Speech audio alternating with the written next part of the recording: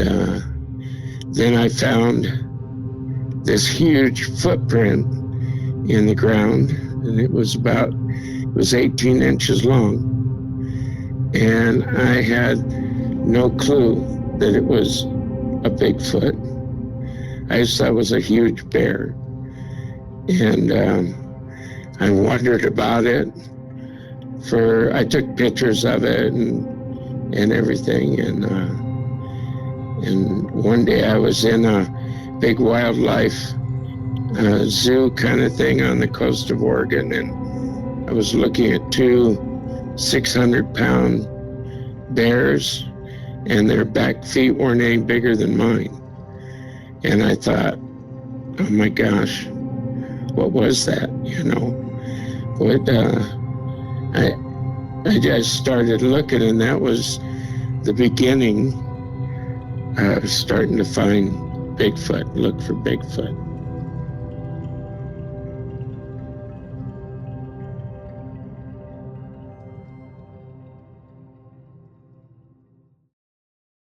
Hi guys, thank you for joining me back here again on the 401 Files. It's an absolute pleasure, as I always say, to be joined by so many like-minded people from all around the world.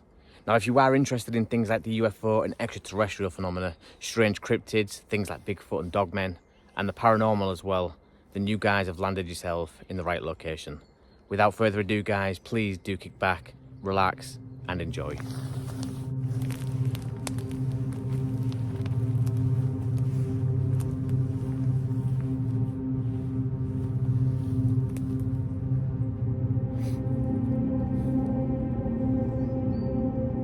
Do you know what's really crazy? Is the fact that people like myself, other investigators who get out into these locations in the hopes of having an experience or finding some kind of proof, the fact that we now have to change the way that we do things because of the phenomena and the way it is. You see, the most accepted viewpoint between everybody, whether it be the cryptid guys or the extraterrestrial and UFO guys, the most common belief between us all is that there is some level of consciousness with these phenomena. It's almost like it's one step ahead of us at every turn. It knows. And because of that, some people just will not touch game cameras. They won't use game cameras in their investigations because they think that you don't stand a chance. Like, it's not the way to capture quality footage or evidence of Bigfoot, Dogman, and other strange phenomena, because these things know. There is a level of consciousness, a level of knowing, and so because of that, we're all having to change the way that we approach these subjects. And I find that fascinating. A lot of the time we talk about the evolution of these creatures. When we talk about extraterrestrials and UFOs, we say, oh, maybe the disc-shaped craft back in the 70s and the 50s, 60s, maybe they were the old style vehicles that they flew around in, whereas now the cigar-shaped and triangle shapes, maybe that's proof that their technology is moving forward like ours does. So a lot of the times we talk about them moving forward, the phenomena moving forward and evolving, but it's interesting to see how us researchers have also evolved to try and match them and catch them out whenever we can, but so far we're failing miserably. So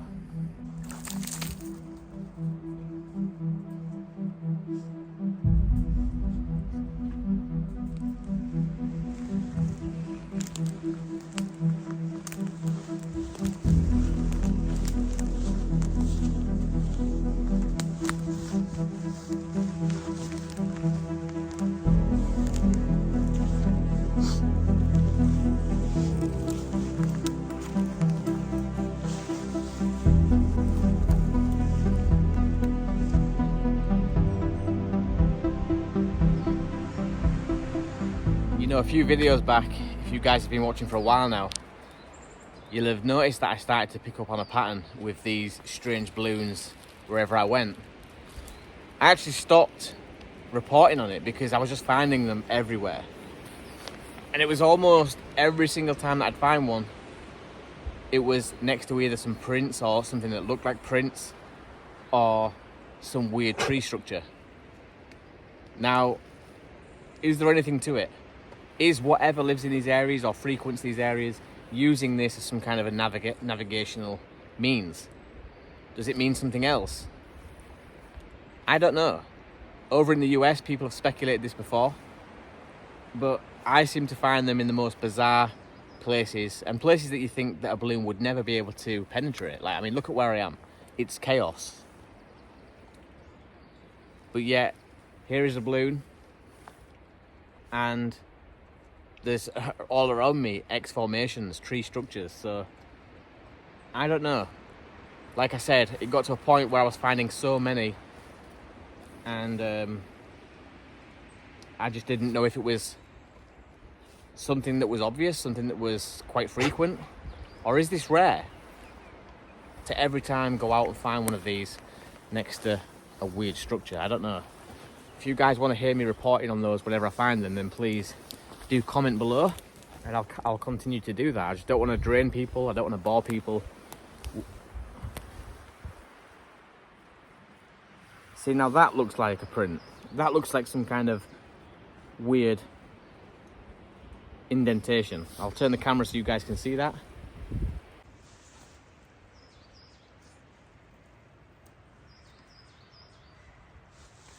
Definitely looks weird. I mean, some there as well, but I don't think that's anything. But this here, definitely. What do you think, though? Right, okay. Sorry about that, guys. Are you happy with yourselves now? There was something that looked like a print there. I'll have to take a still of the video that I just took, because Lily's wrecked it. She smelt something on it, started to dig, and it's no longer. So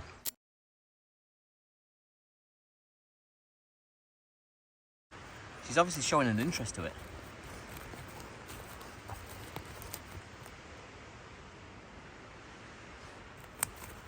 Whatever it is. Weird though, because you can still see the prints that look like toes still go further down under the soil after she's been digging. I don't know. But again, you see where that is?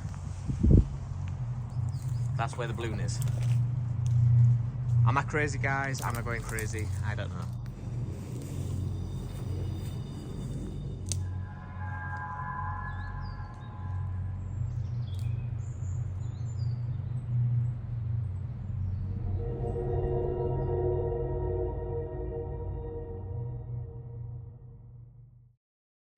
One of the many reasons why I get excited about coming out here onto the moors and exploring is because I'm a huge fan of Stranger Things, right? And I'm sure that a lot of people here watching this channel will be fans of Stranger Things. And to me, this is my Stranger Things. This is my season of weirdness, because it's very, very similar. Here I am on the North Yorkshire moors, a hotspot that for centuries has produced very weird reports. And smack bang in the middle of that hotspot is a top secret base that since its creation basically has been accused of not being transparent with the public. People have always speculated what that base is doing there, and are they really doing what they say they're doing? I don't know, I don't have the answers, but to me it's like the Hawkins base, where the military are conducting all kinds of weird experiments. And then the moors, where I am now, is like Hawkins Town, where strange phenomena is coincidentally just popping up everywhere. Now, do the military within that base have any involvement? Do they know why that is? Or are they here because of the weird phenomena? I don't know. Will I ever know? I probably doubt it, but to me it's fascinating, and it gets me excited. It gets me out of the house. It gets me here with the camera in my hand, talking to like-minded people, because one thing we can't deny, or two things we can't deny. One is that strange things are happening here. The second thing we can't deny is that there is a top secret base, heavily guarded, shrouded in mystery, only a few miles, smack bang in the middle of this hotspot. Why is that? Why is that? That is just coincidental. And it always seems to be the case. Now, I can't figure out whether it's the phenomena following the military bases, or if it's the military bases and the military personnel catching wind of the strange phenomena and then setting up shop in those areas. I can't figure that out, but I do know one thing: they're not oblivious to each other. The military 100% will know about the reports coming from this area. Tales of individuals being lured into the wilderness never to be seen again isn't a new theory. Regardless of their intentions, most people who vanish without a trace all share a common bond. They assumably thought it would never happen to them. Tales of people who vanished are often recounted around campfires on moonlit nights, because subconsciously we understand that people vanishing without a trace in today's world, with today's technology and today's advancements in search and rescue, isn't a normal thing. It's as if the forest itself is playing a vital role in removing people from the face of the earth. Or maybe it's not. Maybe the forest is more of a helpless bystander, a witness to something far more sinister at play. There is an old saying in these parts that goes, "If only these trees could talk." I've often wondered about where such a saying would come from. As tales continue to be passed down from one generation to the next, the body count linked in some way with forests continues to grow.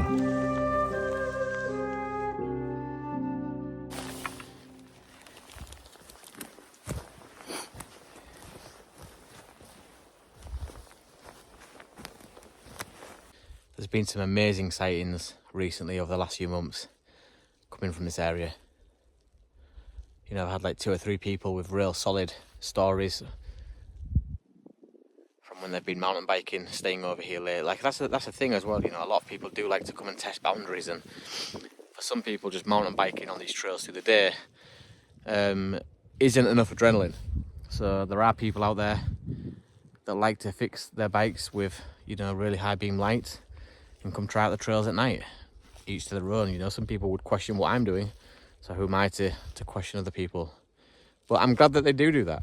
I'm glad that they do that, because I've always said it's always when there is a change in routine.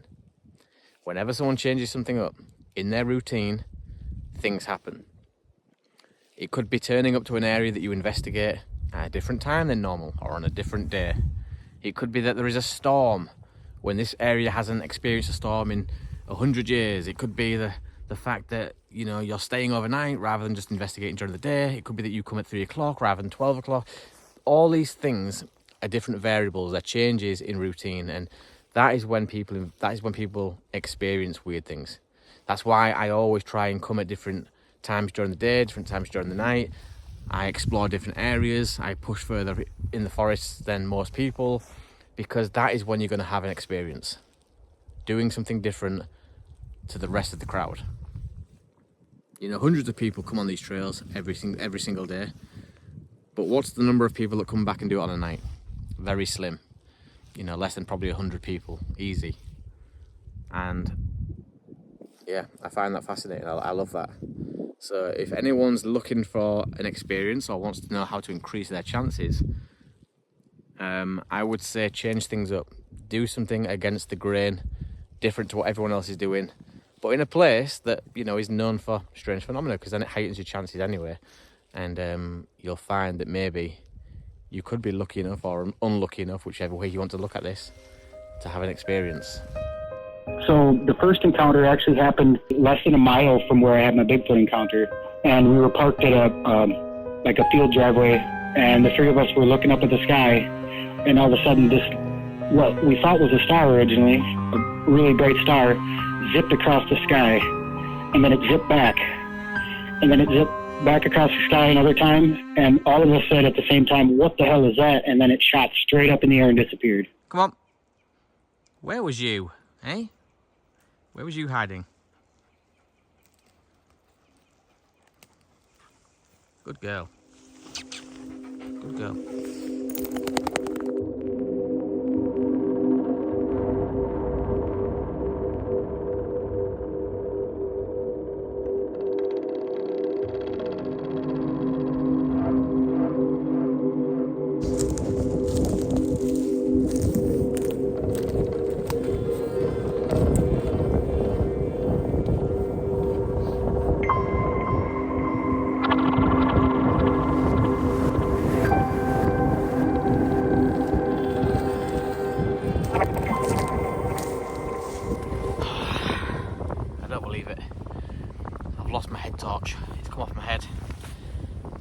to use my other torch to scan the forest floor and to look for that, because I really need it for rummaging through my bag and things like that during the night. Now, if you remember the last time we was out, it was a struggle for me to get the tarp up because of the wind. Well, here we are again, and same situation, different tactic. You know, sometimes people faff too much with the tarp to try and get the perfect configuration, and there really is no need. You know, there's enough anchor points on these things to just throw pegs in wherever you can and make do with what you've got. On this occasion, it's this tree. I've used this to create an anchor point at one end of the tarp, and I've just brought it down into like a pyramid shape, which I'll climb underneath, and that's going to be sufficient enough for tonight. You know, it's not always about being pretty, it's about being dry and warm. And in this situation tonight, with the wind, I'm going to be able to sleep a lot better than I did last time when I was out. You know, there's no flapping of the tarp, you can hear it's all secured down now, and I'm quite excited. Once I found this head torch, I'm going to spend 10 minutes now, 20 minutes scouring this area where I've been working in hopes that I can find that head torch, because if for whatever reason I need to wake up through the night and rummage through my bag, I don't want to be doing that blind. It's just always handy to have a head torch, and it was quite a good one as well. I really liked that head torch, so I need to find that. But so far, I'm pleased, I'm happy. This configuration is going to be cosy, and you know, sometimes with tarp setups you can have one side that's open to let the air blow through, and it can cause all kind of problems, whereas with this really quick, easy configured tarp setup, all sides are closed off apart from the one that I get in and out. So yeah, so good news, I found the head torch. Yeah, I was worried that I wouldn't find that, so yeah, really pleased that I've got it back. And I'm just going to get Lily under the tarp now and start getting her settled, get some food, and sit and talk to you guys for a little while. And the one that really throws me off is I was taking care of my friend who had a heart attack and then had messed up his back. Basically, he couldn't hardly get out of bed, but I was staying at his house, and his house is right along the Mississippi, overlooking what's known as Big Lake. And I was looking out the window, and I saw this little white point of light, almost like a bug would, but it was like zipping around over this big, like, mile area of water. I was like, all right, I got to see if this is just something messing with my head. And I realized that I had my binoculars with me, so I pulled out my binoculars and I looked at it and could see that it was exactly what I thought it was. It was just this little point of white light zipping around. And so I was like, oh, maybe it's just a reflection on the window or something playing tricks on me. So I went outside and looked at it, and right when I did, when I focused in on it the second time, it split into two. And one side kept doing the same thing that it was doing before and looked almost the same but slightly smaller, and the other side turned into like a cloud of smaller versions of itself that kind of floated along. And I said, holy shit, it knows that I'm watching it. And right when I said that, it slammed back together and shot straight up in the air and disappeared.